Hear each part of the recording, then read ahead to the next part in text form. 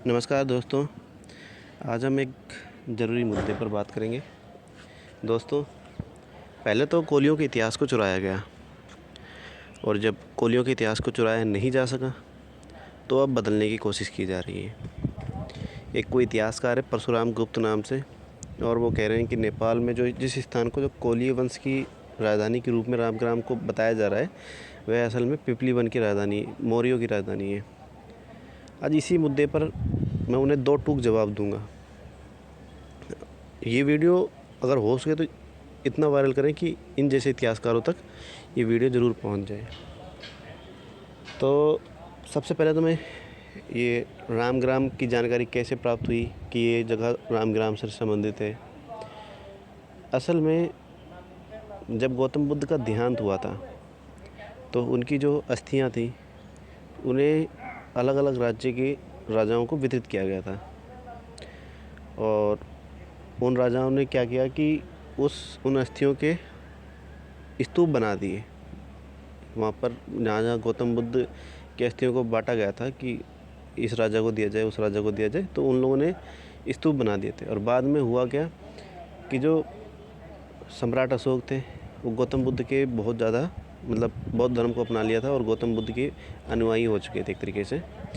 तो उन्होंने उनकी जो गौतम बुद्ध की अस्थियाँ थी उनके आधार पर वहाँ पर शिलालेख बनवाए।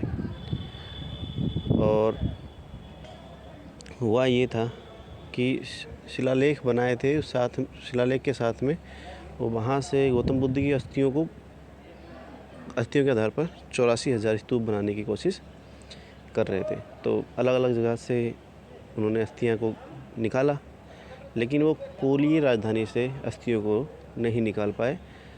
और इसका कारण बताया जाता है कि जो कोलीय क्षेत्र था उस क्षेत्र में नाग लोगों ने उस अस्थियों की रक्षा की थी। लेकिन असल में मुझे लगता है कि वहाँ पर उस समय भी कोलीय वंश रहा था और सम्राट अशोक जो थे वो कोलीय वंश के जो भी वहाँ का राजा था उससे जीत नहीं पाए थे। तो इस कारण से वह सुरक्षित रहा था, उसे छूने ही नहीं दिया उस जगह को। तो वह जगह कोई और नहीं, वह जगह रामग्राम है। और ये तो मैंने आपको थोड़ा सा हिस्टोरिकल पार्ट बता दिया। अब इसमें पिपली वन के मौर्य ये काफ़ी बार ये वर्ड आता है, पिपली वन का मौर्य। आखिरकार क्या है ये? तो दोस्तों, जिस समय गौतम बुद्ध थे उस समय कई राजवंश थे, जिसमें शाक्य, कोलिय, लिच्छवी, विदेही, मल्ल इत्यादि राजवंश थे। लेकिन दोस्तों, कभी भी वहाँ पर मौर्य राजवंश का जिक्र हुआ ही नहीं। बौद्ध ग्रंथ में भी नहीं हुआ, कहीं पे भी जिक्र नहीं हुआ था। फिर भी पिपली वन के मौर्य की बात आती है। असल में एक जाति है जिसका नाम है काछी। वो शाक्य टाइटल भी चुराने लग गए, मौर्य टाइटल भी चुराने लग गए। तो उन्होंने एक वहम फैला दिया कि भाई जो मौर्य हैं वो शाक्यों से ही निकले हैं। दोस्तों, पहले मैं आपको क्लियर कर देता हूँ कि जो शाक्य हैं वो असल में कोली की एक सब कास्ट है और इनका काछियों से कोई संबंध नहीं है। काछियों द्वारा जो शाक्य लिखा जा रहा है वो फर्जी रूप से लिखा जा रहा है। तो जो काछियों ने इस चीज़ को बार बार फैलाया कि जो शाक्य हैं वो मौर्यों से निकले हैं। अब मौर्यों से निकले हैं शाक्य से मौर्य में कन्वर्ट हो गए, तो इन्हें बताना पड़ा भाई कहीं ना कहीं इनकी राजधानी रही है। लेकिन दोस्तों, इन्होंने क्या किया कि जिस समय शाक्य, कोलीय वंश वगैरह का जिक्र होता था उस समय वहाँ पर इन्होंने कहा कि यहाँ पर मौर्य वंश भी था। लेकिन दोस्तों, पिपली वन में मौर्य वंश नाम का कोई भी ऐसा एविडेंस कुछ भी नहीं है। इसका कारण मैं क्या बता रहा हूँ, क्योंकि जब गौतम बुद्ध की अस्थियों को 8 भागों में बांटा गया था, जिसमें रामग्राम के कोलिये, बैठ पित के ब्राह्मण, पावा के मल्ल, कुशीनगर के मल्लों, अलग अलग राजवंशों को दिया गया था, तो उस समय मौर्य का जिक्र ही नहीं किया गया। तो इन्होंने एक नई स्टोरी गढ़ दी। ये लोग बोलने लगे कि पिपली वन में जो मौर्य थे उन लोगों ने जब गौतम बुद्ध की अस्थियाँ लेने और लेट पहुँचे, काफ़ी देर हो गई, तो उन्हें राख मिली। गौतम बुद्ध की अस्थियों की जगह पर राख ही मिल पाई थी। दोस्तों, क्या ये कोई कहानी आपको लगता है लॉजिकली है? एक उस समय के एक महान व्यक्ति की मृत्यु हो गई, देहांत हो गया, और जो वंश कहता है कि हम शाक्यों से ही निकले हैं और वो वंश बोल रहा है कि हम लेट पहुँचे, हम देरी से पहुँचे, हमें सिर्फ उनकी अस्थियाँ ही मिली। एक नंबर की फर्जी कहानी थी, गढ़ी गई थी। और क्यों गढ़ी गई थी इसका कारण भी बता देता हूँ।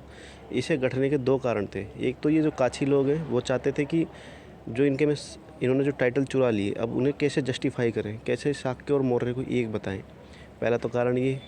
दूसरा कारण ये है कि काछी लोग, ना तो इनकी कोई रियासत है वर्तमान में, ना कुछ है राजा, ये क्षत्रिय किस आधार पर बताएं खुद को। तो इन्होंने उस काल में जो शाक्य हैं उनसे ही वो इतिहास को चुराने की कोशिश की, मतलब वो क्षत्रिय बनने का एक ढोंग क्रिएट किया। सबसे पहले तो मैं आपको बता देता हूँ कि इनके द्वारा जो मौर्य टाइटल को अभी वर्तमान में यूज भी किया जाता है ना, तो वो भी फेक है। मतलब ये मौर्य टाइटल और शाक्य टाइटल दोनों ही इनके फेक है। हम नहीं बता सकते कि वर्तमान में कौन असली मौर्य हैं। शाक्य अपने कोली लोग हैं, लेकिन मौर्य कौन है उसकी विशिष्ट जानकारी मैं आपको नहीं क्लियर नहीं कर सकता, क्योंकि जो मौर्य हैं वो अलग अलग क्षेत्र में अलग अलग जाति के लोग लगाते हैं। राजस्थान में मौर्य राजपूत मिलते हैं, महाराष्ट्र में मौर्य मराठा मिलते हैं, महाराष्ट्र में मौर्य कोली भी मिलते हैं। और यहाँ तक कि जो भी यहाँ पर शिलालेख मिले हैं गुजरात साइड में, तो वहाँ पर मौर्य को वैश्य कम्युनिटी से भी बताया गया है।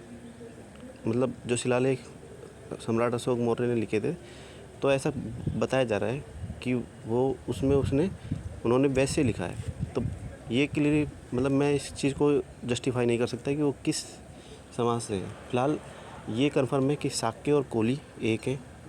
बाकी मौर्य का मुझे क्लियर नहीं है। मौर्य पे गडरिया कम्युनिटी भी दावा करती है, जाट कम्युनिटी भी दावा करती है, राजपूत कम्युनिटी भी दावा करती है, और भी विभिन्न कम्युनिटी है दावा करती है। तो मैं इस पर क्लियर नहीं हूँ। तो फ़िलहाल तो मैं बस ये वीडियो इसलिए बना रहा था ताकि जो रामग्राम पे जो ये विवाद छेड़ रहे हैं कुछ इतिहासकार, उन्हें ये बताना चाहता था कि जिस समय शाक्य, कोलिये, मल्ल, लिच्छवी, विदेही इत्यादि राजवंश थे, उस समय मौर्यों का कोई वजूद नहीं था। मौर्यों का वजूद चंद्रगुप्त मौर्य के आने के बाद हुआ था।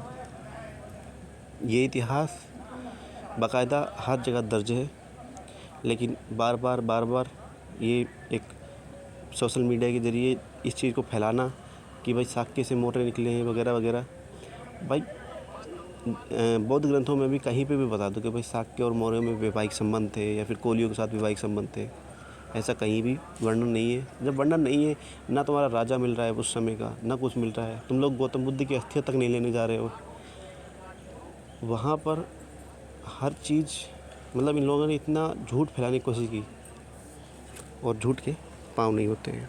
तो दोस्तों वीडियो को अधिक से अधिक शेयर करना। जय कोली समाज।